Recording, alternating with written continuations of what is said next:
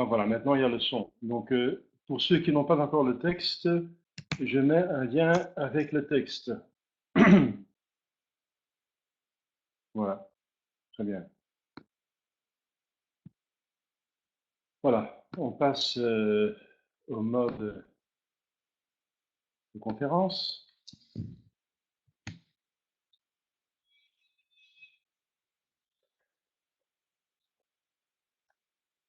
On est arrivé, je vais mettre un peu plus de lumière. Plus de lumière.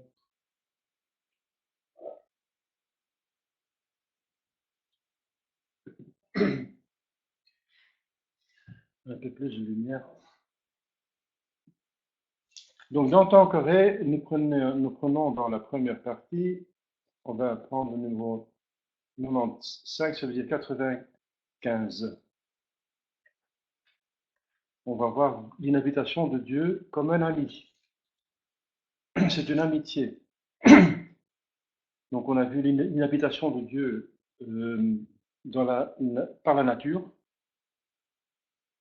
humaine, par création, et ensuite par rédemption.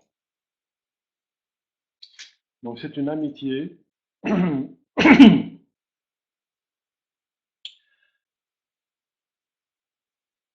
Donc, ce sont bien des relations de genre d'amitié que la grâce met entre Dieu et nous. Une amitié très parfaite, parce que tout ce que Dieu fait est parfait. Parce que les amitiés humaines sont encore mélangées de bien et de mal. Bien sûr, il ne peut être question d'égalité vraie. Parce que l'amour, l'amitié cherche à une égalité de réponse au moins. On a vu ça l'autre fois. Amicitia equalis accipit ut facit. Donc là, l'amitié fait une certaine égalité. Parce qu'elle donne le plus possible et elle reçoit le plus possible. Et l'amitié ne supporte pas que l'autre se soumet à soi, et vice-versa. Mais il y a une limite envers Dieu parce que on ne peut jamais être l'égal de Dieu. Alors il y a une tension dans cette amitié entre Dieu et ses créatures, surtout raisonnables, ses créatures raisonnables, que Dieu va aussi loin possible par amour et par perfection de l'amour. Son amour est toujours total et parfait, mais qu'il est arrêté par ce qui est convenable pour sa divinité. Voilà. Donc il y a une juste mesure, un équilibre entre les deux. Donc on peut parler d'une certaine similitude que l'amitié fait, et c'est par cette amitié, cet amour, que Dieu nous fait Dieu, nous divinise, mais pas totalement, bien sûr. Nous ne devenons pas d'autres personnes divines, mais nous sommes toujours des personnes humaines, mais pénétrées de la divinité par la vision béatifique dans le ciel et ici sur terre par la grâce. Une certaine similitude qui suffit à établir une véritable intimité, déjà sur terre, une intimité divine. Et Dieu nous livre en effet ses secrets.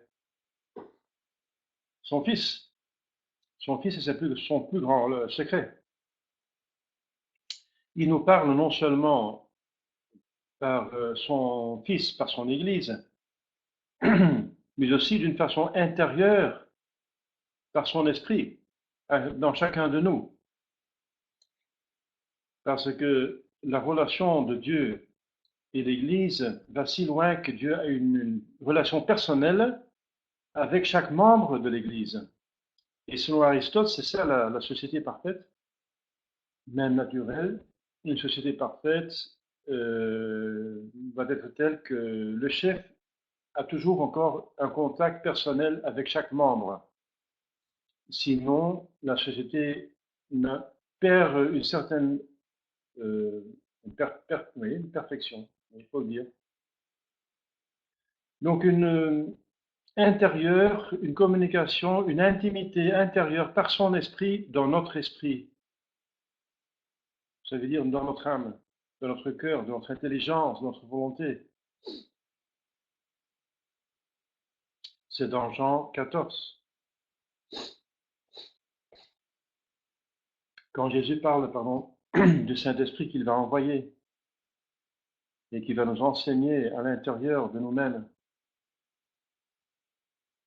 Donc à la dernière scène, Jésus déclare à ses apôtres que désormais, ils ne seront plus ses serviteurs, mais ses amis. Voilà. En tant que créature, nous sommes serviteurs, mais en tant qu'élevés à la grâce et destinés pour la gloire, l'intimité divine, nous sommes ses amis. Parce qu'il n'aura plus de secret pour eux. Plus de secret. Donc c'est déjà une communication de vérité. Et ensuite amour. Dieu est vérité et amour. Dieu est Fils et Saint-Esprit. Ce sera une douce familiarité qui présidera désormais à leur rapport. Et entre humains, c'est la même chose, parce que l'amitié humaine, l'amour humain est une réverbérance, c'est une émanence, une, une image de l'amour de Dieu. Et entre nous, entre amis, de plus que l'amitié va loin, de plus qu'on se communique des secrets. Et l'amour aussi, donc c'est pas seulement une amitié d'intelligence, de communication, de connaissance, mais aussi d'amour qui organise une communication de don. Et vous voyez combien loin va Dieu. Il donne sa sa divinité, sa divine vie, sa vie divine, sa vie de trinitaire. Ce sera une douce familiarité qui présidera désormais à leur rapport, donc entre les hommes et Dieu. Cette familiarité qui existe entre amis, par exemple quand ils prennent un repas en tête à tête. Jésus prend souvent cet exemple, cette parabole de repas, parce que le repas c'est un partage, un des plus communs et des plus évidents, n'est-ce pas? Voici que je me tiens à la porte, dit-il, et frappe. Si quelqu'un entend ma voix et ouvre la porte, j'entrerai avec lui, je souperai avec lui et lui avec moi. Donc Jésus demande, il demande, de, il n'est pas agressif. L'amour demande une réponse. Donc Jésus attend notre réponse. L'amour doit venir de deux côtés parce que l'amour vient du Père et du Fils. Donc tout amour créé aussi doit venir de deux côtés. Dans ce cas-ci, c'est de Dieu et de la créature. Admirable intimité que nous eussions jamais osé ambitionner si l'ami divin n'avait pas pris lui-même le devant. Et cependant, cette intimité s'est réalisée et se réalise encore chaque jour, je dirais chaque instant que nous sommes en état de grâce, il y a cette amitié. Et on peut l'activer, et on va voir plus tard, par l'oraison. L'oraison, c'est se mettre en présence de Dieu là où il est. Et si nous sommes en état de grâce, il est dans notre âme. Il faut l'accueillir là où il est. Cette intimité se réalise, non pas seulement chez les saints, mais chez tous ceux qui sont en état de grâce. Dans les âmes intérieures, intérieur, ça veut dire il faut s'occuper de son intérieur. Si on s'occupe de son extérieur, on est occupé avec des actions, avec l'argent, avec la carrière, avec ceci, cela. Mais avec l'intérieur, on est occupé avec ce qu'il y a à l'intérieur. Le plus important, c'est l'inhabitation de la Sainte Trinité, s'il vous plaît. Les âmes intérieures qui consentent à ouvrir la porte de leur âme à l'hôte divin. C'est ce que nous atteste l'auteur de l'Imitation de Jésus-Christ, le livre le plus lu et le plus profond après l'Écriture sainte, Imitation de Jésus-Christ par Thomas à Kempis, Saint Thomas de Campines, quand il décrit les fréquentes visites de l'Esprit Saint aux âmes intérieures. les douces conversations qu'il entretient avec elle, les consolations et les caresses dont il les comble, les caresses spirituelles, euh, les consolations à l'intérieur. Il y a quelque chose. Bien sûr, Dieu est esprit, il n'est pas perceptible par les sens, même par les sens intérieurs. Mais puisque l'âme est unie au corps, euh, cette inhabitation de Dieu dans l'âme est tellement importante, il y a des conséquences importantes pour l'âme, que quelque chose se fait sentir dans le corps par redondance, par justement le psychosomatisme, par l'union du corps avec l'âme. Donc il y a un écho dans le cœur de ce qui se passe dans notre esprit. Ce n'est pas obligatoire, mais ça peut arriver. Et surtout la paix qu'il ferait régner en elles, dans ses âmes, la paix. Pax Christi. Quand Jésus revient parmi ses apôtres après la résurrection, il dit souvent Pax. Pax Christi. Pax tecum. Pax vobiscum. La paix. La paix, ça veut dire, pour Jésus, la paix, ça veut dire l'amitié. L'amitié, la paix, cette douceur intérieure qui établit une harmonie avec toute chose, et pour commencer avec le Créateur. Cette paix. Cette paix qui est un bien inestimable. Pax Christi. Du reste, la vie des mystiques contemporaines, de la Sainte Sœur Thérèse, l'Enfant Jésus, par exemple, enfin, c'est déjà le début du XXe siècle, de Sœur Élisabeth de la Sainte Trinité, un peu de la même époque, la bienheureuse Gemma Galgani, et de tant d'autres. Bien sûr, il y a beaucoup de saints maintenant. C'est pas possible autrement parce que la crise est énorme, le mal est énorme, dont le bien est énorme, la grâce est énorme, parce que c'est toujours proportionnel. La grâce, l'aide de Dieu est toujours proportionnelle aux difficultés. Donc nous avons des grâces qui n'ont jamais été données avant. Pourquoi pas? Parce que cette crise est la plus profonde qui n'ait jamais existé dans l'Église, dans son histoire. La gravité de la situation est la plus grave dans l'histoire de l'Église parce que la tête est endommagée. Dans le protestantisme, par exemple, la crise la plus importante, qui est la plus proche, eh bien, le pape n'était pas hérétique. La tête n'était pas si. Bien sûr, le pape s'occupait de la culture, de la nature humaine, au lieu de s'occuper de la surnature. Et ça a permis le protestantisme de prendre racine. Luther accusait les abus dans l'Église. Il y avait des abus. Mais en tout cas, le pape était toujours pape. C'était l'enseignement infaillible. Mais maintenant, il y a une déviance. Donc la crise n'a jamais été si profonde dans toute l'histoire de l'Église. Donc les grâces pour tenir n'ont jamais été si importantes dans toute l'histoire de l'Église. Parce que Dieu est bon et juste. Donc il donne à proportion des besoins.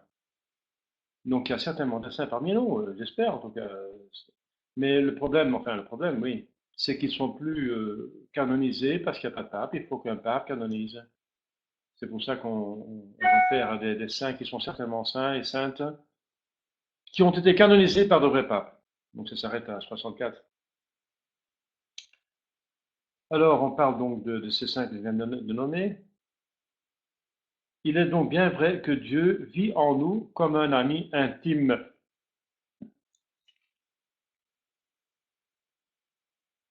Donc ne restons pas oisifs. Il y agit comme le plus puissant des collaborateurs. Ça, on a vu, hein, la fois dernière. La collaboration que Dieu donne à notre bonne volonté, ou vice-versa. Notre bonne volonté collabore à la grâce.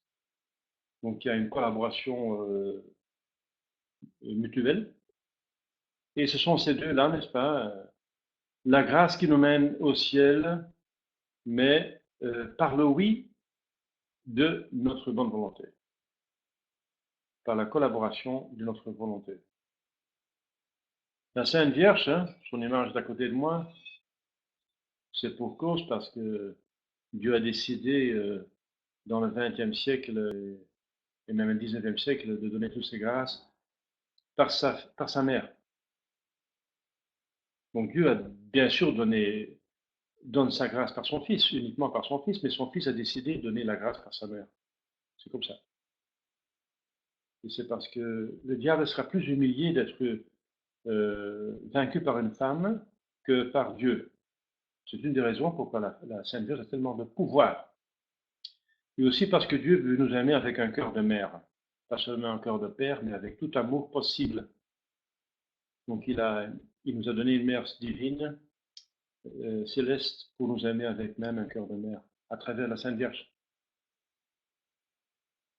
Donc, c'est par cette collaboration de notre bonne volonté avec la grâce que la grâce va nous diviniser. Alors, l'autre point, c'est que ce collaborateur, donc Dieu, un collaborateur de notre grâce,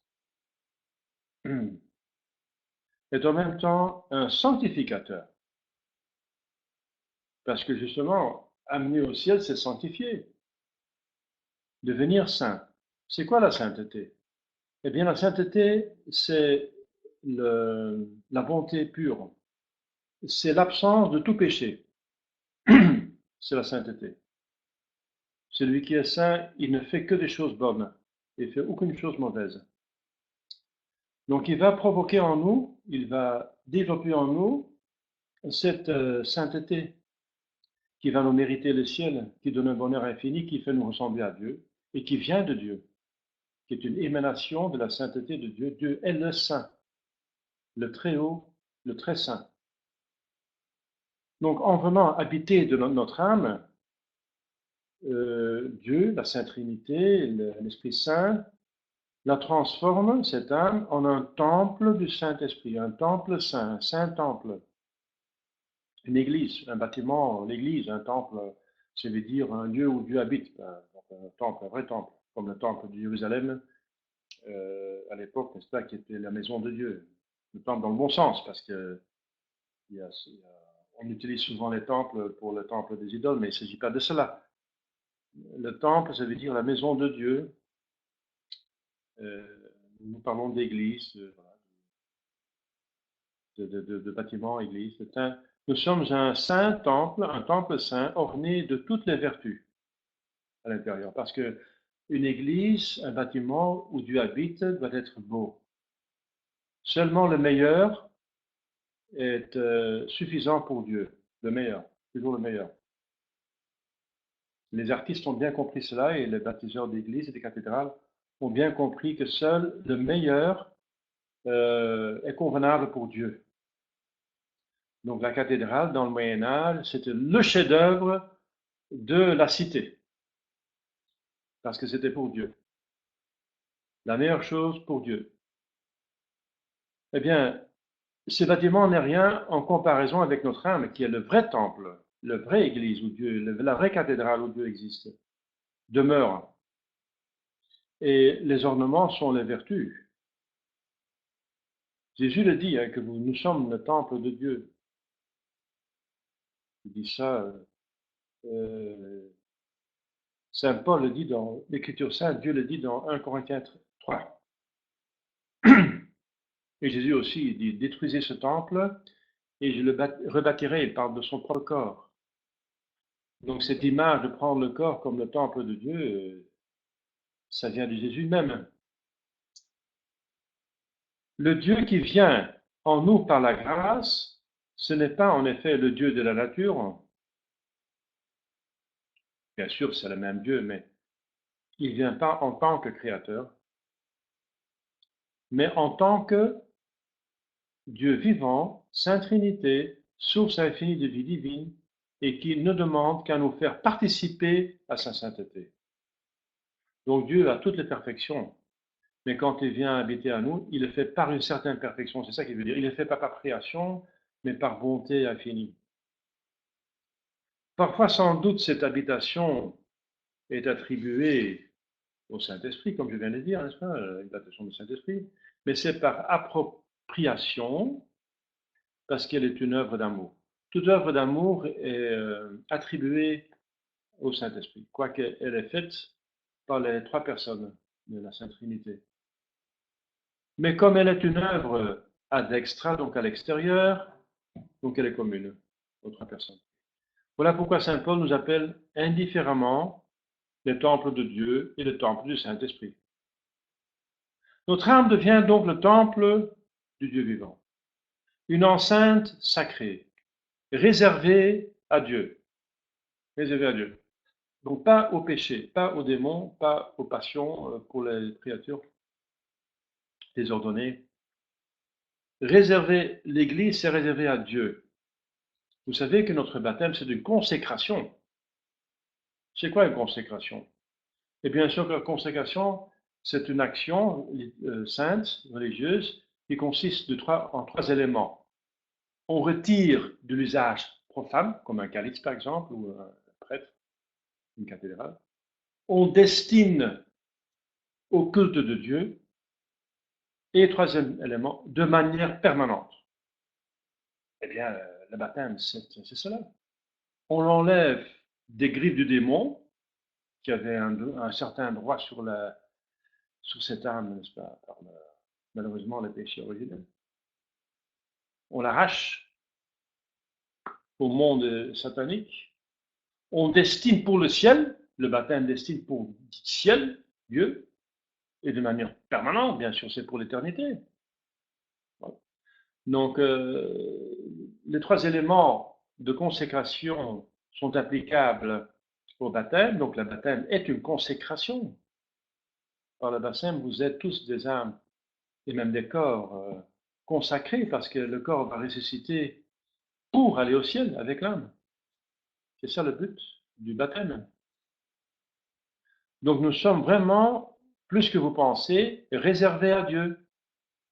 Nous sommes sur terre pour connaître Dieu, l'aimer, le servir et le jouir éternellement dans le ciel. Donc nous sommes réservés à Dieu.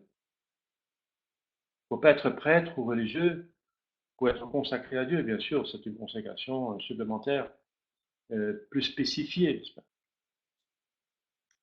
qui vous applique à des actes religieux, la messe, etc., la prière. Ce que les laïcs baptisés n'ont pas le devoir de faire, sauf le dimanche, de participer à la messe, bien sûr.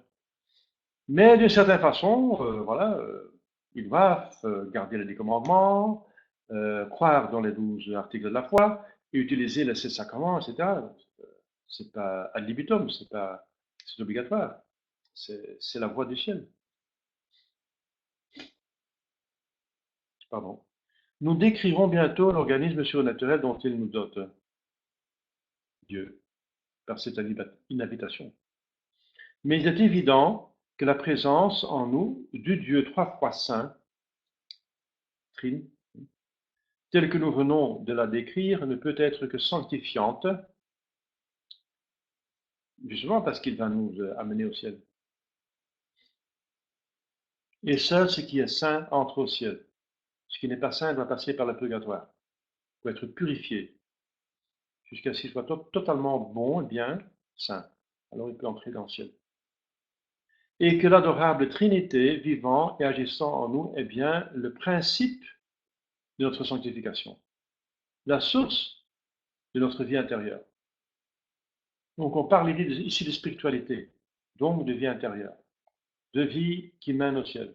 Eh bien, c'est incontournable, n'est-ce pas? Incontournable.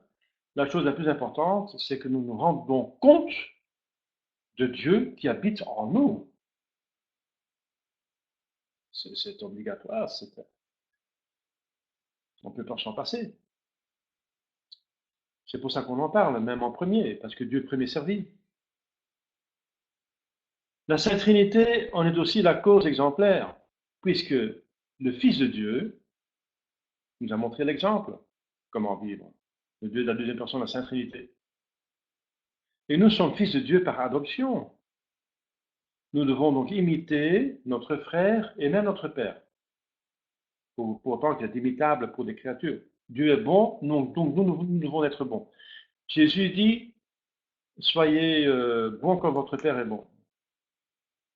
Soyez miséricordieux comme Dieu est miséricordieux. On pourrait dire même, soyez humble comme Dieu est humble, parce qu'il est humble dans ce sens qu'il est devenu homme, et même pour mourir à la croix comme un esclave criminel. Quelle humilité, n'est-ce pas? Alors, c'est du reste que ce que nous comprenons mieux en expliquant comment nous devons nous comporter à l'égard des trois divines personnes habitant en nous. Donc on va en parler la fois prochaine parce que j'ai passé la demi-heure.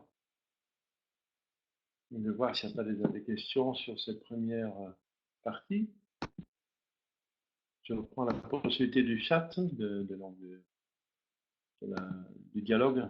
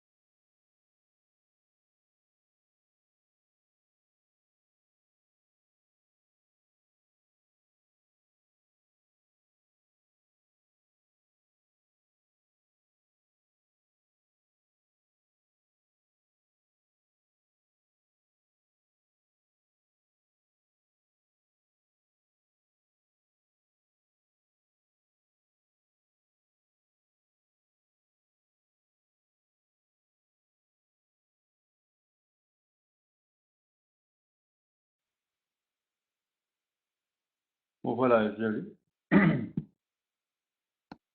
j'avais un problème de connexion, mais je vois qu'il n'y a personne à poser une question, donc ça alors c'est clair. C'est vrai que c'est pas trop compliqué, mais n'hésitez pas à poser des questions. Pour moi, il n'y a pas de mauvaises questions. Saint Thomas dit que si on pose des questions, on donne la preuve qu'on réfléchit. Alors ici, quand même, une question. Et en cas de péché, monsieur l'abbé, Dieu nous quitte-t-il totalement? Mais ça dépend quel péché. Il y a les péchés mortels et les péchés véniels. Alors, en cas de péché véniel, il ne nous quitte pas, mais il va nous aider de sortir de ce péché véniel. Il va continuer à nous donner grâce pour acheminer dans notre vie de sainteté. Mais il est toujours dans notre âme, parce que nous avons toujours la grâce sanctifiante. Mais par le péché mortel, on chasse Dieu de notre âme, c'est vrai. Mais Dieu va continuer à nous donner des grâces pour autant que c'est possible. Ça dépend des prières des autres, parce que nous, on n'est plus capable de mériter. Donc nos prières en état de péché mortel ne valent rien. Parce que Jésus dit, sans moi, vous ne pouvez rien faire. La seule chose que nous pouvons faire, c'est faire un acte de contrition, demander pardon, et voilà. Et alors, nous recevons directement l'état de grâce, aller se confesser, mais même avant la confession, un acte de confession parfaite et un acte d'amour de Dieu, ça rétablit Dieu dans notre âme. Donc, ce qu'il faut faire, si nous sommes dans le péché mortel, c'est de vite se relever. Errare humanum est perseverare diabolicum. Tomber, c'est humain, mais persévérer dans le mal, c'est diabolique. Donc, il faut se remettre le plus vite possible et faire en sorte que nous allons retrouver la grâce sanctifiante. Et ça se fait par, comme vous savez, je viens de dire, la confession ou bien l'amour, l'acte d'amour ou bien de confession parfaite. Et Dieu, qu'est-ce que fait Dieu entre-temps? Eh bien, comme un bon père, il va tout faire pour nous donner la grâce, pour nous aider à sortir du péché. Mais c'est extérieurement, c'est plus intérieurement. Parce que par le péché mortel, c'est le diable qui habite dans notre intérieur, malheureusement. Donc, le péché mortel étant chose grave, avec plein consentement et plein d'inadvertance. Alors, voilà. Donc, Dieu va nous continuer à essayer de nous amener au ciel jusqu'à la mort. Il va nous donner les grâces et ça dépend d'autres personnes qui prient pour nous. C'est pour ça que la Sainte Vierge à Fatima demande de prier et de faire sacrifice pour les pécheurs pour qu'ils reçoivent de grâces supplémentaires pour sortir des péchés. Voilà. Voilà donc, mais il faut faire en sorte de ne pas tomber dans le péché mortel. Si c'est un péché qui est en dehors de la volonté, c'est pas vraiment un péché.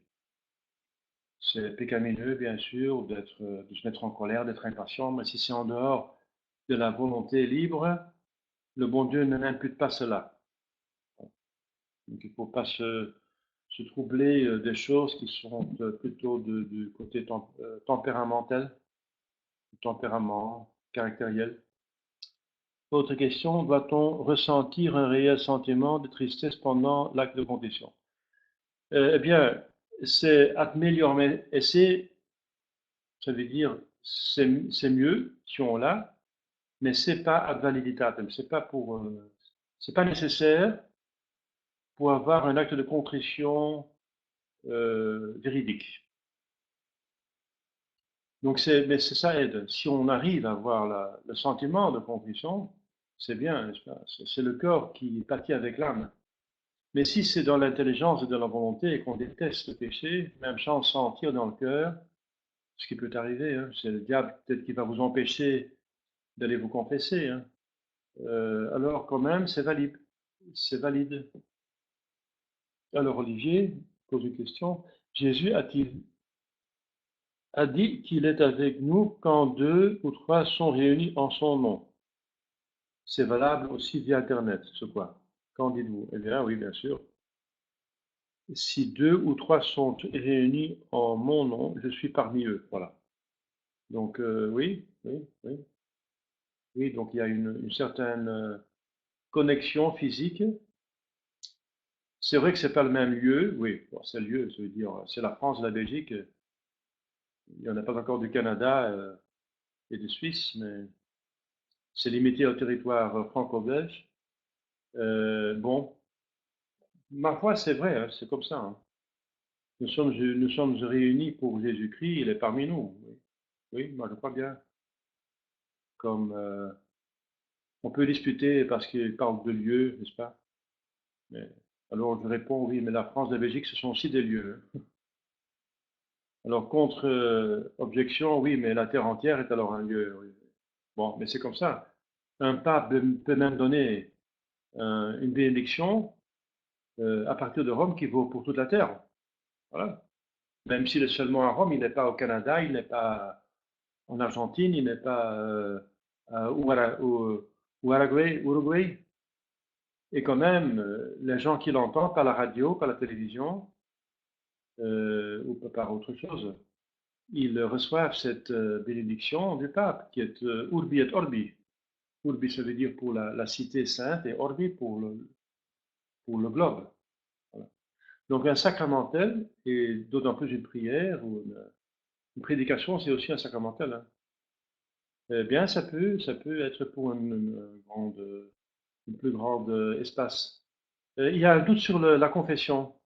Il y a la question qu'on se pose, est-ce qu'on peut se confesser par téléphone? Par exemple, quelqu'un qui est en train de mourir, euh, comme ça peut arriver, un missionnaire qui est très, très, très éloigné et dans une région qui est pas catholique, il est tout seul et il veut se confesser, il a moyen d'avoir un téléphone.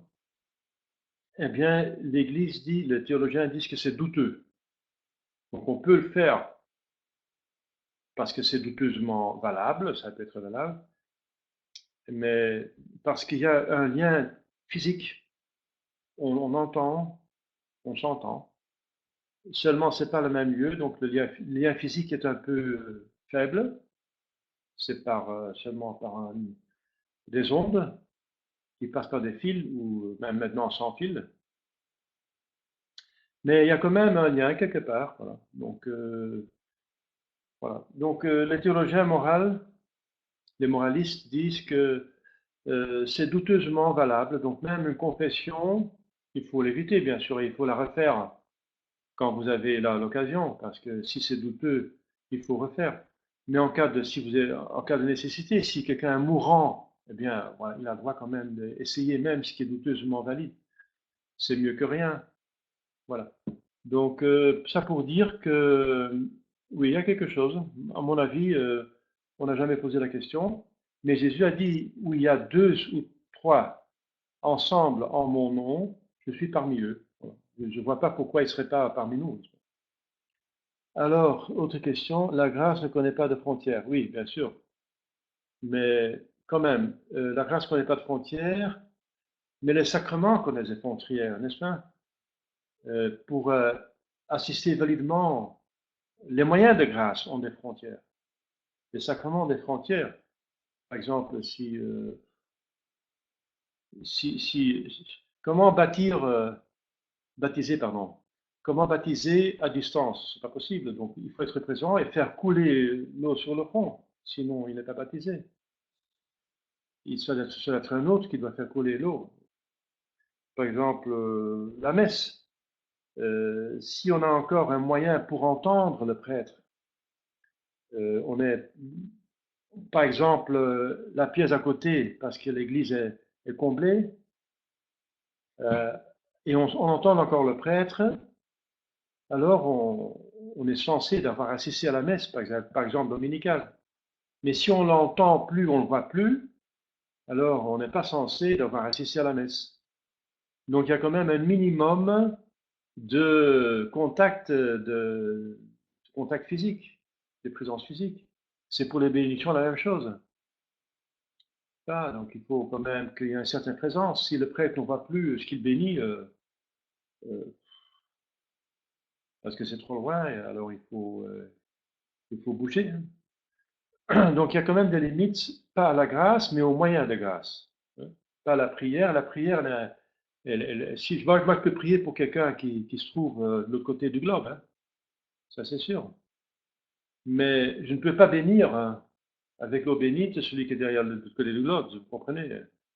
Je ne peux pas bénir un cierge qui se trouve dans une maison au Canada, hein, à partir de la Belgique, même si je vois sur Internet, il me montre le cierge, la maison, je ne peux pas la bénir comme ça, parce qu'il faut une présence, il faut quand même que l'eau bénite touche le minimum. Donc, je réponds, il n'y a pas de limite à la grâce, mais il y a une limite à certains moyens de grâce. Voilà. Alors, autre question.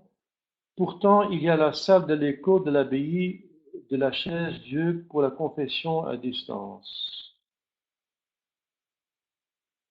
Ça, je ne connais pas.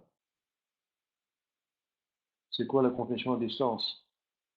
C'est quand même pas qu'on se trouve à 100 km. Si on se trouve à une certaine distance, quelques mètres, oui. Je ne connais pas cette affaire, n'est-ce pas? Je vais peut-être la chercher. J'ai jamais entendu parler de l'écho de l'abbaye de la Chaise-Dieu. Non. Bon. Bon, je vais m'informer. Je ne peux pas répondre comme ça, n'est-ce pas? Mais le principe, c'est que pour la confession, il faut être présent. Il faut entendre la confession. Parce que Jésus dit, c'est que vous remettez, les péchés que vous remettez seront remis, et les péchés que vous retenez seront retenus. Donc il faut pouvoir ouïr. Il y a la confession toujours enfin, auditif, voilà. Le matériel ne peut influencer sur l'esprit. Oui, c'est vrai, mais Dieu a décidé que l'esprit est donné par la matière. C'est le contraire. Donc, la matière n'influence pas sur l'esprit, mais le contraire, oui. Dieu a décidé de donner la grâce par la matière.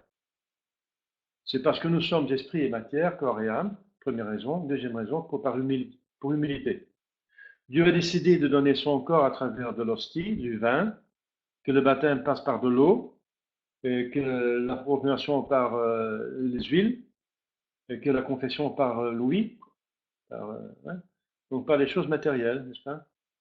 Donc ça, le bon Dieu a quand même organisé qu'il y a des éléments matériels. L'eau bénite, par exemple, pour bénir, il faut, pour la plupart du temps, il faut l'eau bénite, qui est matérielle, c'est de l'eau, hein. Bien sûr spiritualisée par les prières, mais c'est quand même fondamentalement aussi du matériel. Et Dieu veut ça. Dieu a décidé de faire ça comme ça, voilà. Il nous donne la grâce à travers des choses très simples et matérielles même. Voilà. Alors, voilà, donc je vais voir cette salle de l'écho plus tard. Voilà, très bien. Donc, j'espère d'avoir répondu convenablement à toutes les questions, sauf sur cette salle de l'écho, parce que ça demande une petite lecture, et j'ai pas le temps maintenant parce que je devrais attendre tout le monde. Donc, je répondrai à cela plus tard, si vous voulez bien. D'accord? Voilà, c'est bien. Vous avez posé des questions, c'est bien, hein? Si un pose une question, c'est souvent qu'il y en a 5 autres qui ont la même question. Alors, Grégory, encore une question. Oui, le matériel, c'est Dieu qui l'a créé et il l'a même béni via la jeunesse. Oui, bien sûr. La matière vient de Dieu aussi, hein. La matière vient de Dieu, oui, bien sûr. C'est une créature. Une créature. C'est pas la plus noble, mais c'est quand même, elle est belle, hein, la terre. Jésus l'a créé, Dieu l'a créé, et il voyait que c'était bon. Voilà. Voilà. Donc si vous voulez bien, on va continuer avec la deuxième partie, encore quelques minutes. Voilà, je reprends le grand d'écran si vous voulez bien.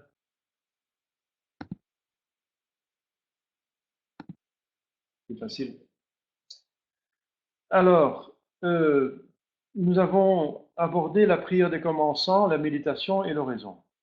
La méditation discursive, c'est plus avec l'intelligence qui entraîne la volonté. L'oraison, c'est plus la volonté, le cœur directement qui s'élève à Dieu. Donc informé par la foi, bien sûr, par l'intelligence. Mais il va faire ça très vite, avec très peu d'éléments. Il va beaucoup aimer. C'est ça l'oraison. Donc l'oraison est plus fructueuse que la méditation parce que c'est l'amour qui mérite. Mais la méditation est indispensable pour passer à l'oraison. Parce que rien n'est aimé si ce n'est pas connu. Voilà. Donc la méditation, telle que nous l'avons décrite, est très utile au salut et à la perfection. Voilà. Attendez, ça on a vu la fois dernière. Alors on a vu que effectivement la méditation nous éclaire.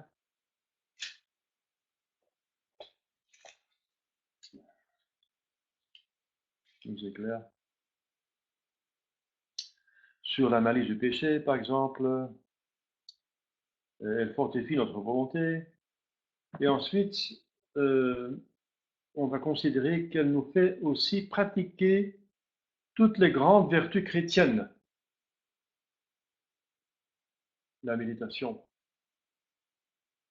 Donc la méditation qui va nous porter à l'oraison, eh bien, elle nous va porter à la raison à travers cela. La méditation nous fait pratiquer toutes les grandes vertus. Ça veut dire elle éclaire notre foi. C'est un acte de foi, parce qu'on ne peut pas s'adresser à quelqu'un qui n'existe pas. Donc le fait qu'on prie, qu'on médite, qu'on fait raison, c'est qu'on fait un acte de foi. On prie à quelqu'un, on médite sur Dieu, on fait un cœur à cœur avec Dieu. Donc c'est la foi activée. Je suis dans un plein acte de foi continuel qui dure autant que dure ma prière. Et la foi, c'est une vertu théologale, c'est une vertu très haute. Elle éclaire notre foi, donc cette méditation, elle va même fortifier notre foi parce qu'on va approfondir notre foi. On va penser sur Dieu et les vérités révélées. Elle éclaire notre foi en nous remettant sous les yeux les vérités éternelles, soutient notre espérance en nous donnant accès auprès de Dieu pour obtenir son secours, stimule notre charité en nous manifestant la beauté et la bonté de Dieu. Donc je suis au numéro 670, 670, pour ceux qui suivent dans le texte. Et voilà, donc elle éclaire pas seulement notre foi, mais elle soutient notre espérance, parce qu'elle va activer les moyens de grâce et nous faire penser plus au ciel, ce qui va nous motiver à éviter le péché et à faire le bien. Et elle va stimuler notre charité en montrant que Dieu est infiniment aimable. Voilà, foi, espérance, charité sont activées et augmentées, exercées par la méditation et l'oraison. Ensuite, aussi les autres vertus. La méditation nous rend prudents par les considérations qu'elle nous suggère avant d'agir. Juste en conformant notre volonté à celle de Dieu, on va dans la méditation trouver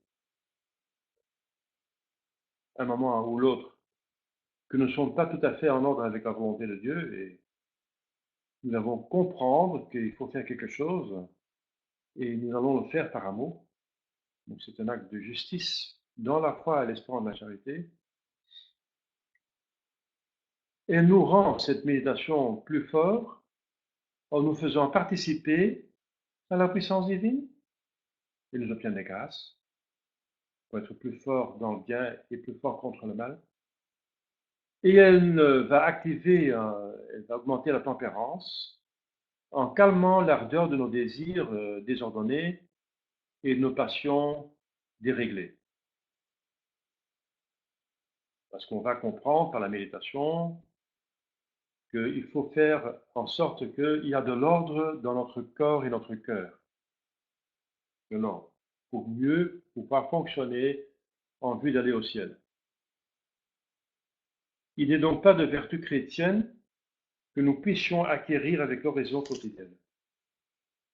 Par elle, nous adhérons à la vérité, et la vérité, en nous délivrant de nos vices, nous fait pratiquer la vertu.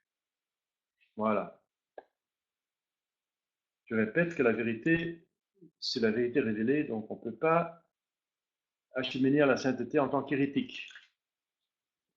Vous voyez encore l'importance d'être dans la vérité de la foi. Un autre point, à part de faire pratiquer toutes les grandes vertus chrétiennes, elle prépare notre union et même notre transformation en Dieu, qui est le ciel. Mais déjà, une certaine union et une transformation en Dieu est possible sur terre. C'est possible. Et c'est même prévu. L'état de grâce, c'est déjà une union avec Dieu. On vient de le voir dans la première partie. Une habitation, n'est-ce pas?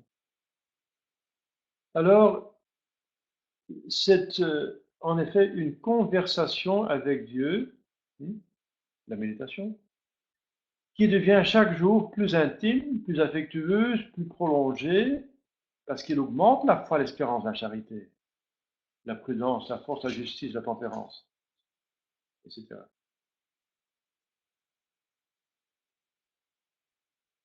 Et car elle se continue, l'effet continue au milieu même de l'action tout le long du jour. Ah oui. Si on a augmenté l'amour, c'est un état qui est ajouté à l'état de grâce et qui continue dans notre âme le reste de notre vie jusqu'à ce qu'un péché la diminue ou l'enlève. Ne plaise que ça n'arrive pas, n'est-ce pas? Or, à force de fréquenter l'auteur de toutes les perfections, Dieu, on s'imbibe, on s'en pénètre, comme l'éponge se remplit du liquide dans lequel elle est plongée. Comme le fer placé dans la fournaise s'embrase, s'assouplit et prend les qualités du feu. Alors on va voir la fois prochaine la nécessité donc de l'oraison. Vous avez vu, ça donne tellement d'avant. Voilà, on a déjà compris, c'est la conclusion logique de ce que nous venons de voir. Ce sont des vertus qui sont finalement nécessaires et qu'il faut nécessairement développer pour aller au ciel. Donc, le moyen pour les acquérir, l'oraison, est donc nécessaire. Je vais revenir un petit peu dans le chat. Voilà, ici, pas de... non, bien. Bon, si vous avez des questions, vous pouvez les poser, n'est-ce pas, sur l'oraison, parce que c'est pas évident, c'est une activité vraiment spirituelle.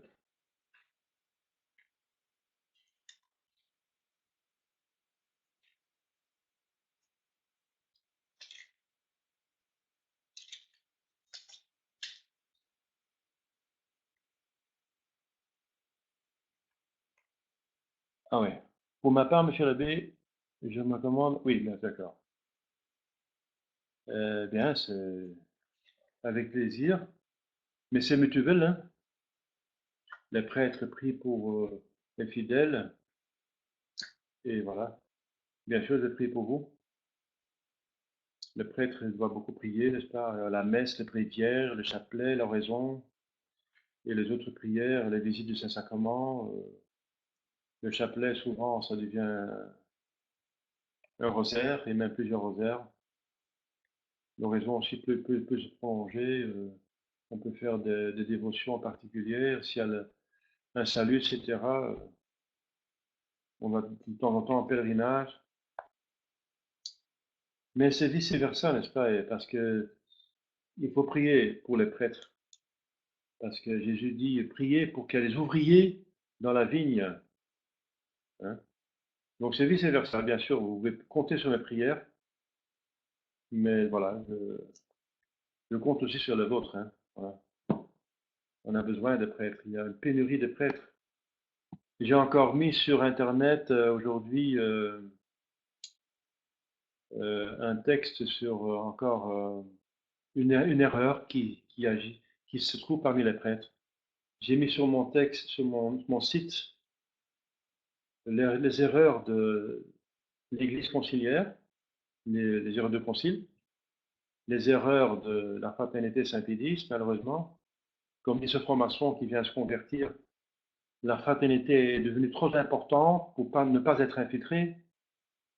Ensuite, les erreurs déviation de la résistance, Monsieur Williamson, qui va dire qu'il va refuser d'ordonner des prêtres du séminaire de l'abbé Pfeiffer, par exemple, et qui va dire qu'il n'y a plus de structure possible dans l'Église, ce qui est plutôt hérétique parce que l'Église est essentiellement une société hiérarchique et qui ne va jamais disparaître. Les erreurs qui se trouvent même parmi les sédévacantistes, il y a des fénéistes. Finney est un hérétique qui dit qu'il y a un seul baptême, c'est le baptême de l'eau, et il refuse le baptême de désir. Et il y a des prêtres qui disent qu'il n'y a plus de juridiction de suppléants, donc il n'y a plus d'évêques, finalement. Et s'il n'y a plus d'évêques, il n'y a plus d'église enseignante. L'église a perdu quelque chose d'essentiel. Donc les portes de l'enfer ont prévalu, ce qui n'est pas possible. Donc c'est encore une erreur parmi ces vacantistes de dire qu'il n'y a plus de juridiction. Mais ces vacantistes qui disent ça, ils disent la messe, ils confessent, mais pour dire la messe et confesser et prêcher, il faut aussi une juridiction. Alors s'il n'y a plus de juridiction de suppléance, d'où est-ce que vient leur juridiction alors? Alors là, du coup, c'est possible. Et ils refusent la juridiction aux évêques de sacrer d'autres évêques et d'ordonner des prêtres. Donc d'où vient cette différence? Elle n'a pas de sens, n'est-ce pas? Et il y a d'autres sédvacantistes qui acceptent tout simplement des hérésies, comme il y a un supérieur général d'un institut donc sédvacantiste qui dit que l'Apocalypse s'agit du passé et que l'Apocalypse s'arrête l'année 33 après Jésus-Christ, donc avec la Pentecôte. Ce qui est hérétique parce que l'Apocalypse elle-même, Jésus dit dans l'Apocalypse qu'il parle des choses à venir. Et l'Apocalypse a été donné à Saint Jean dans l'année 90. Et tous les pères d'Église qui sont unanimes, et l'unanimité des pères d'Église, c'est encore un lieu infaillible de théologie, ils disent tous que l'Apocalypse s'agit de l'avenir. À partir que Saint Jean a eu le cas de l'Apocalypse sur l'île de Patmos, dans l'année 90 et quelques années, 94, quelque chose comme ça, eh bien, il s'agit de l'avenir de l'Église jusqu'à la fin des temps. Tous les pères d'Église le disent. Donc, c'est dans l'Écriture sainte et dans l'unanimité du magistère. Donc, il y a deux euh, arguments d'infaillibilité. Alors, de dire qu'il s'agit du passé, c'est tout simplement hérétique, hein. Mais le problème, c'est que cet homme, il est supérieur général et il met ça sur son site, voilà, sur le site officiel de l'Institut comme bulletin. Bon, c'est une hérésie, c'est épouvantable, n'est-ce pas? Alors, finalement, ils sont pires que la fraternité, parce que la fraternité, n'est-ce pas, on peut leur reprocher que leur erreur, c'est de se mettre avec de faire des accords avec des hérétiques. Mais là, c'est le supérieur lui-même, général, qui est hérétique. Bon. Donc, c'est vraiment une situation très, très, très, très précaire. C'est parce qu'on manque de pape. Alors, c'est le pape qui donne l'unité de foi et qui dit ce qui est infailliblement vrai. Voilà. Roma locuta, causa finita. Rome a parlé et la chose est terminée. Mais on n'a pas de pape à cause des hérésies, donc il y a trop d'abbés qui en profitent. Il y a des abbés qui m'ont dit, vous savez, à Rome il n'y a plus de pape, mais ça m'arrange. Ça m'arrange parce que maintenant je fais un peu ce que je veux. Eh bien, ça m'arrange pas moi. Ça m'arrange pas de faire ce que je veux. Parce que l'imitation de Jésus-Christ dit que c'est plus sûr d'être sous l'obéissance que sous le commandement, de commander, pardon. Voilà. Donc c'est plus sûr de. Et la première chose que j'ai faite, c'est de chercher, une fois que j'étais mis dehors de la fraternité, de chercher le supérieur. Et maintenant, je travaille avec mon soeur Morello. Bien sûr, il y a encore de bons évêques et de bons prêtres, mais ça devient vraiment. Il y a une pénurie, n'est-ce pas, de prêtres et d'évêques, hein. Bien sûr, ils ne vont jamais disparaître, mais voilà. Donc, moi, je promets de prier pour vous. Moi, je promets de faire tout pour rester 100% dans le dogme catholique, la moralité, la liturgie absolument donc certaine, n'est-ce pas, faire en sorte que je ne dévie pas, pour autant que je connais la tradition, et la tradition est cristallisée dans les écrits, n'est-ce pas? On peut la trouver. C'est pas si difficile que ça. Je vous assure de mes prières, mais priez pour les prêtres, hein. Priez pour les prêtres. C'est très, très, très important, hein. Finalement, il faudra que les évêques, par exemple, qui sont validement ordonnés, sacrés, et qui ne sont pas hérétiques, ce sont des vrais évêques d'Église, qui viennent au moins ensemble quelques fois par année. Pourquoi ils viennent pas ensemble tous? Et le collège des apôtres, les évêques sont les successeurs des apôtres. Eh bien, ce sont donc les apôtres de maintenant. Euh, eh bien, le collège des apôtres, c'est une institution qui se trouve dans l'Écriture sainte. Le collège des apôtres. Mais le collège, ça veut dire qu'il y a une unité, qui se consultent, qu'ils ont contact. C'est dans l'histoire de l'Église que les évêques doivent se mettre ensemble de temps en temps, n'est-ce pas? Pour se consulter, même pour se contrôler, pour voir s'il n'y en a pas quelqu'un qui a dévié trop, n'est-ce pas? C'est imposé par Rome que des évêques dans un patriarcat, par exemple, les évêques de l'Orient, eh bien, qu'ils viennent ensemble de temps en temps, une fois par an, même plus d'une fois par an, hein, et pour régler des choses courantes. Et faire, par exemple, des déclarations communes. Mais pourquoi pas faire une déclaration commune avec une vingtaine de prêtres, pardon, une vingtaine d'évêques?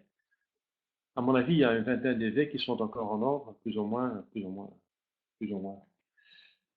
Qui sont vraiment en ordre, il y en a moins, mais qui sont encore acceptables quelque part, une vingtaine. Eh bien, qui fassent une déclaration commune que un pape ne peut pas être hérétique.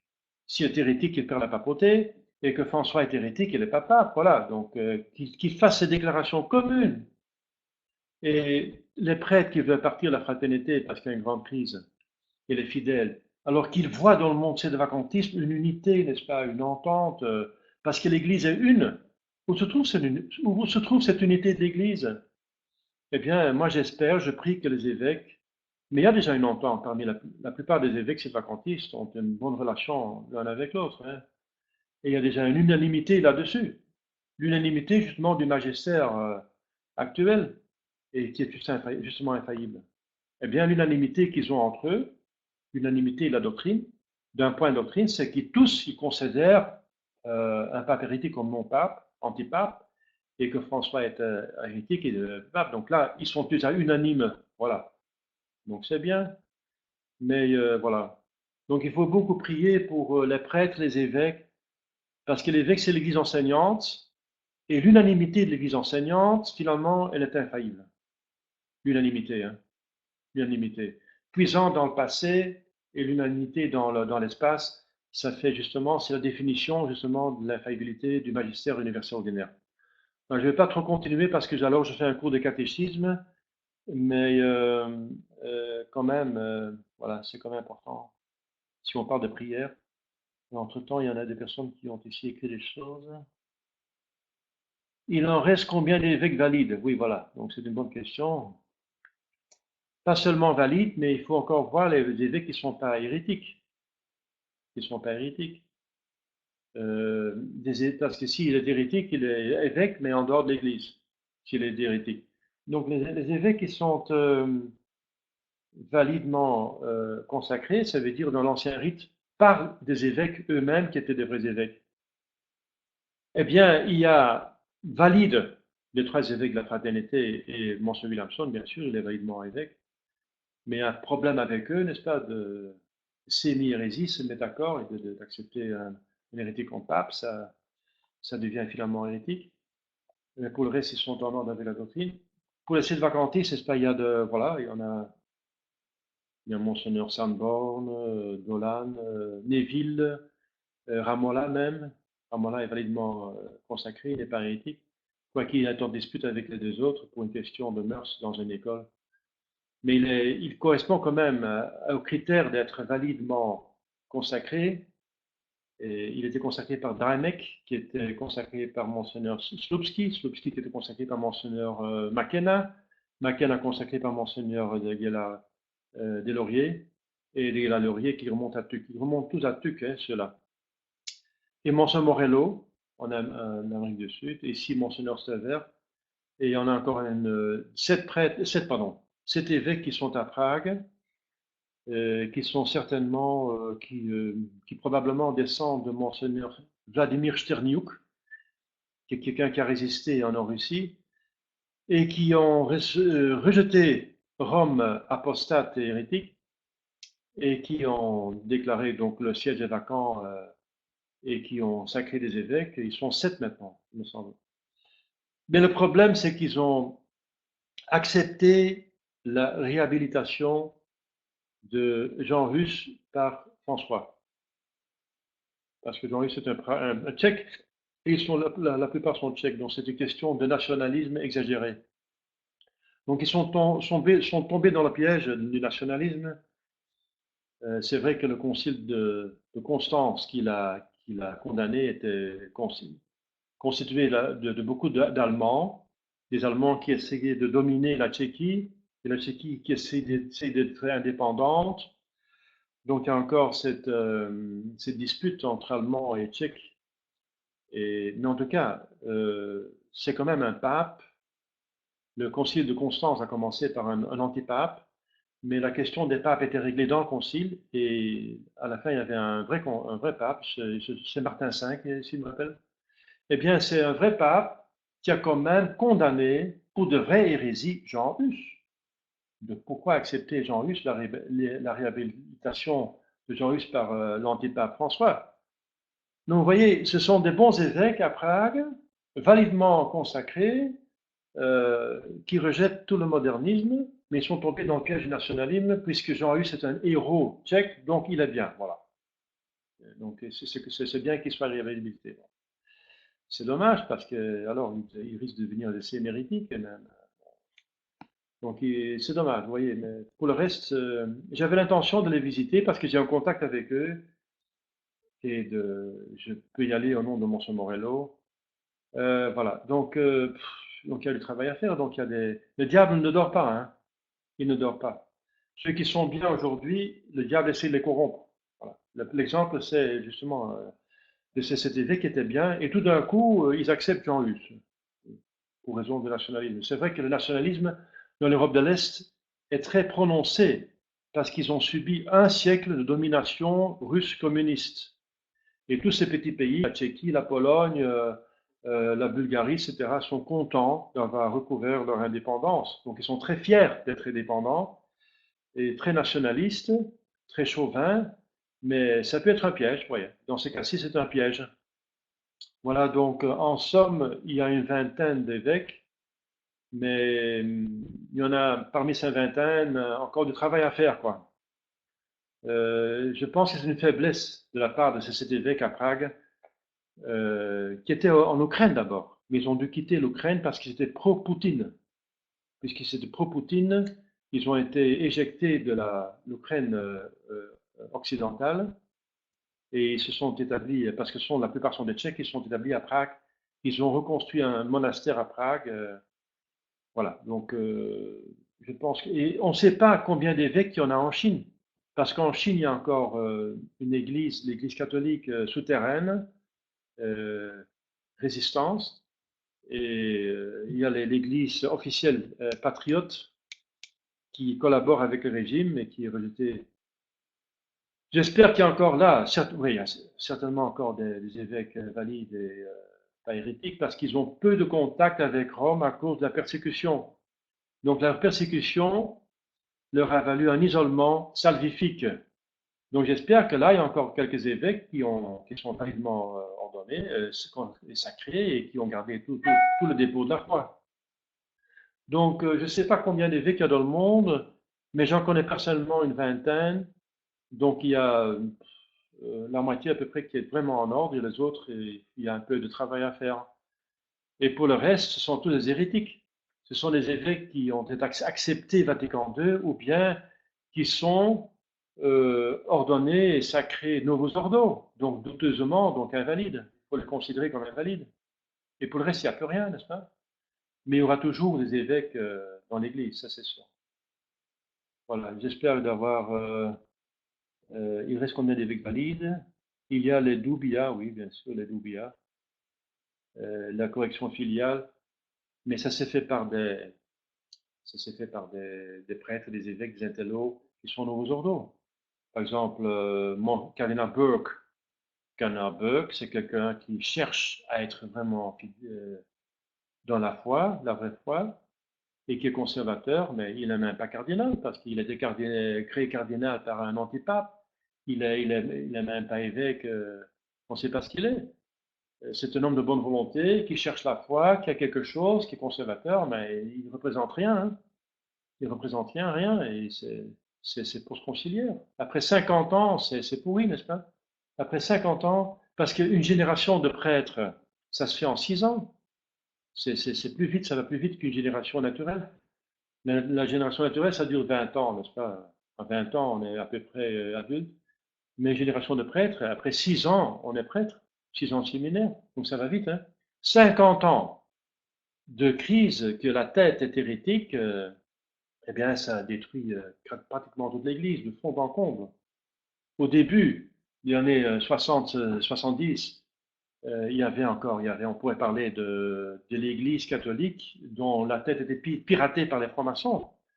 Et Mons Lefebvre essayait de récupérer avec de plus possible de prêtres, des évêques, de fidèles pour prier et influencer sur Rome pour qu'ils se convertissent. Mais maintenant, après 50 ans, la situation a complètement changé. Nous sommes dans une secte pense-conciliaire qui, de fond en comble, est hérétique, même s'ils se rendent compte, oui ou non. Mais objectivement, c'est comme ça. Objectivement, ils sont dans l'hérésie. Voilà. Et donc, on ne peut plus compter sur eux, même s'il y a des corrections filiales. Là, c'est bien la correction filiale. C'est encore une note positive parmi le désarroi. Voilà, mais c'est la correction filiale, c'est pas vraiment la barque de salut, hein. C'est curieux qu'ils font une correction filiale sur Amoris Laetitia pour dire qu'il y a des hérésies dedans, tandis qu'il y a des 250 déviations dans le concile contre la foi. Il y a 250 aberrations, et même des hérésies, dans Vatican II, en 64, à partir de 64. Et si seulement ils doivent attendre 2017 pour trouver qu'il y a quelque part une hérésie dans Amoris Laetitia, bien, de ce côté-là, c'est pas bien, hein. Donc la correction filiale, elle est bonne parce qu'elle dénonce des hérésies, mais elle n'est pas bonne parce qu'elle donne l'impression que maintenant il y a des hérésies et qu'avant il n'y avait pas des hérésies. Mais il y avait des hérésies à partir de 64 et beaucoup plus grave que la correction filiale dénoncée. Donc c'est bien, c'est mauvais. C'est comme tout ce qui est dans l'Église, enfin la secte post-conciliaire, même s'il y a quelque chose de bien, c'est encore entaché, n'est-ce pas? Ils ont la lèpre, et tout ce qui a touché un lépreux, c'est contaminé, contamineux. La correction filiale, c'est un mélange de bien et de mal, hein. Bon, en soi c'est bien, mais c'est encore trompeur, c'est trompeur. Du moment où il est validement consacré, même devenu hérétique, a toujours le pouvoir de consacrer validement. Oui, validement, mais pas licitement. Vous savez que les hérétiques aussi, les schismatiques orientaux, ont un épiscopat valide. Mais tous ceux qui sont ordonnés et consacrés par des schismatiques et des hérétiques, même si c'est valide, ils ont interdiction à perpétuité, ils ont interdiction d'utiliser leur sacre, hein. En principe, en tout cas, c'est comme ça, en principe. En principe, c'est pas parce qu'on est valide que c'est encore en ordre, hein. Il y a des, voilà, dans la secte orientale schismatique, tous sont validement évêques, tous. Et ils sont dans le péché mortel du schisme et de l'hérésie. Donc la validité, c'est une chose, mais c'est pas la seule. Il faut les deux. Il faut la validité et la licéité. Il faut être correct dans la foi. Aller enseigner, garder les commandements et baptiser. Donc baptiser, c'est les sacrements. Mais ce n'est pas seulement les sacrements qui comptent avec les sacrements, il faut aussi prêcher, ça veut dire être dans la foi, connaître la foi et la transmettre. Faites garder mes commandements, donc la morale doit être correcte, hein. Maintenant, il y a un problème de morale. Avec un mot Laetitia, il y a un problème de morale, etc. Donc il n'y a pas seulement un élément qui doit être en ordre, tout doit être en ordre. Sinon, on est en ordre d'église. S'il y a un trou dans le bateau, il coule, même si tout le reste est en ordre, n'est-ce pas? Donc la validité, c'est une chose, mais ce n'est pas la seule chose. Alors, mais un prêtre n'est pas responsable des hérésies de son supérieur. Ça dépend. S'il n'est pas responsable, tant mieux pour lui, mais il a le devoir de le corriger et il doit s'en séparer. Il doit absolument s'en séparer. Il n'a pas le droit de rester avec un hérétique. C'est condamné par l'Église. On n'a pas de commerce avec les hérétiques, sauf pour les convertir. Le seul commerce qu'on a avec les hérétiques, c'est le convertir, et pour le reste, c'est interdit d'avoir un commerce avec les hérétiques. Saint Jean dit même, il ne faut pas les saluer, il ne faut pas manger avec eux. Le pape Hormisda, dans un formulaire que j'ai publié récemment, infaillible, il dit que celui qui a commerce avec les hérétiques reçoit le sort des hérétiques. Donc, on ne peut pas avoir des accords avec les hérétiques. C'est interdit, c'est condamné par l'Église, et c'est très dangereux. Voilà. Et c'est parce que c'est dangereux, justement, que l'Église interdit, pour que le troupeau ne soit pas contaminé. C'est logique. S'il suit la foi orthodoxe, le prêtre, je parle pour la consécration, du prêtre par un évêque hérétique valide. Eh bien, c'est interdit. C'est interdit par l'Église d'être consacré validement par un hérétique. Alors on n'a pas le droit, c'est un péché mortel, C'est pas les hérétiques qui vont continuer l'Église, c'est ça, c'est ça. Et, euh, et on n'a pas le droit, donc c'est interdit par l'Église, et on n'a pas le droit d'exercer, on est validement ordonné, mais on n'a pas le droit de l'exercer. On a interdiction d'exercer son sacerdoce, son épiscopat, si on a été ordonné ou consacré par un hérétique, ce qui est logique. Il faut être fils de l'Église, pas fils d'une autre femme, n'est-ce pas? Si on est fils d'une autre femme, c'est fils, comment dire, bâtard. On n'est pas bâtard dans l'Église, n'est-ce pas? L'Église est sainte. On a une sainte mère et un saint père. Il n'y a pas de bâtardisme de bâtard dans l'Église. C'est pas possible, n'est-ce pas? C'est interdit. C'est toujours, c'était rejeté par l'Église. Alors, péché mortel pour le prêtre, oui, pour tout le monde. Bien sûr, pour le prêtre, pour celui à consacrer, celui qui l'a ordonné, pour tous ceux qui sont engagés dedans, bien sûr, ils pêchent, objectivement. Hein. Peut-être les gens ne se rendent pas compte, je sais pas, mais objectivement, c'est un péché mortel, oui. Objectivement, oui, bien sûr, il n'y a pas de doute. Hein. L'hérésie est très, très grave. Très, très grave. C'est très grave parce que c'est un péché mortel qui vous met en dehors de l'Église, justement. Qu'est-ce qui n'appartient pas à l'Église? Eh bien, les hérétiques, etc., etc. Donc, c'est un péché mortel qui vous met en dehors de l'Église. Donc, si vous tuez quelqu'un, c'est grave, c'est très grave, c'est péché mortel, mais vous n'êtes pas en dehors de l'Église. Vous êtes une branche pourrie de l'Église, mais vous êtes toujours l'Église, et il faut se confesser et vous devenez nouveau membre. Mais l'hérétique est en dehors de l'Église. Oui, ça montre que c'est plus grave en soi pour Dieu. Ça s'attaque à Dieu lui-même qui est vérité. Alors, donc, l'évêque perd tous ses pouvoirs en sortant de l'Église en professant une hérésie. Ah oui, bien sûr. Ah oui, bien sûr. C'est-à-dire, il garde ses pouvoirs euh, en ses pouvoirs.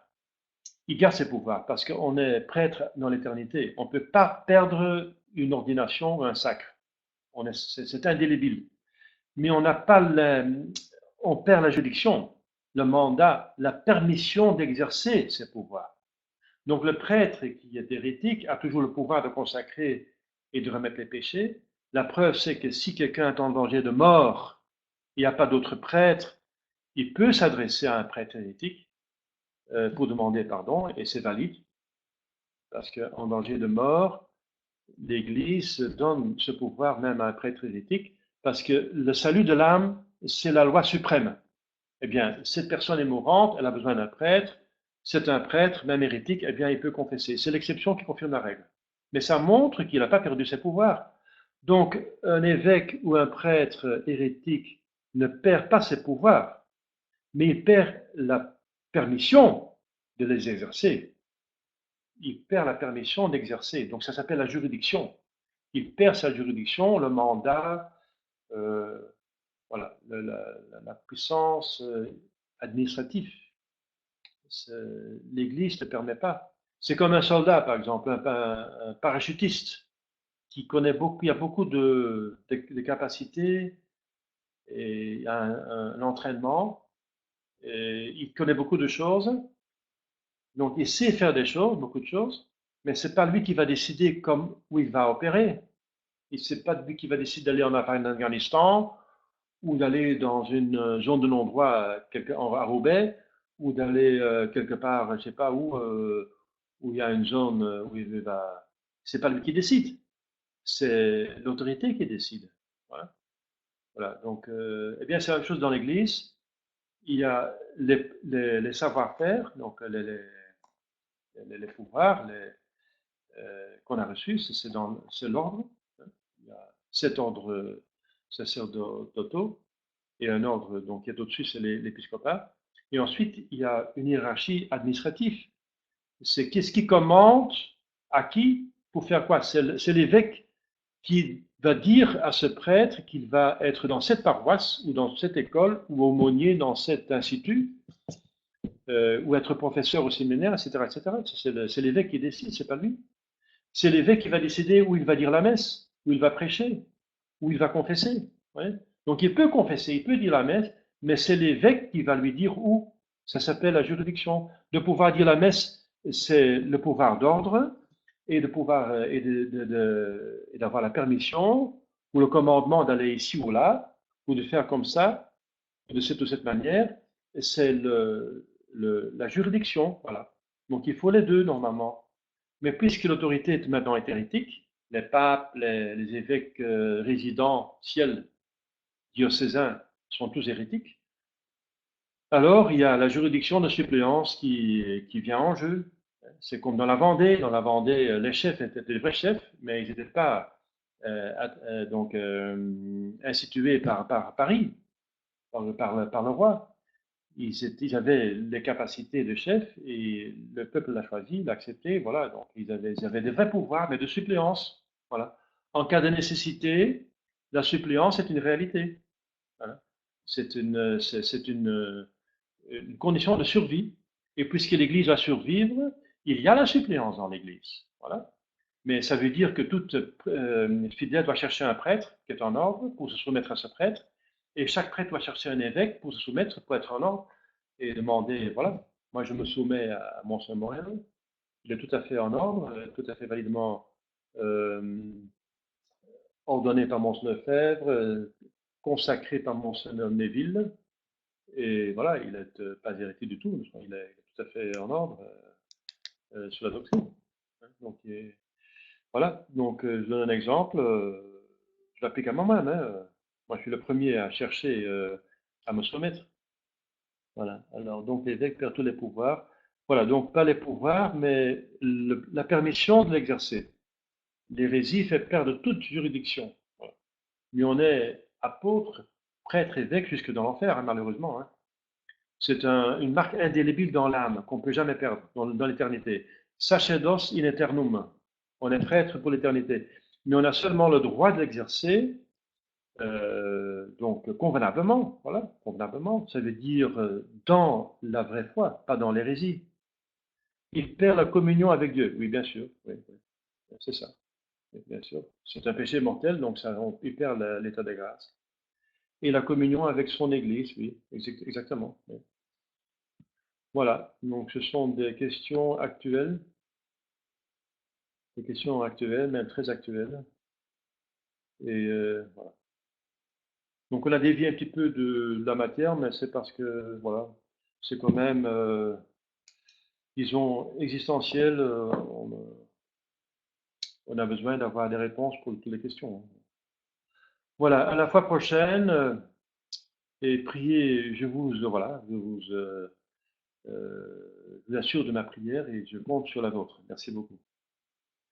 Benedictio Omnipotentis, Patris et Filii et Spiritus Sancti, descendat super et magnat semper. Amen.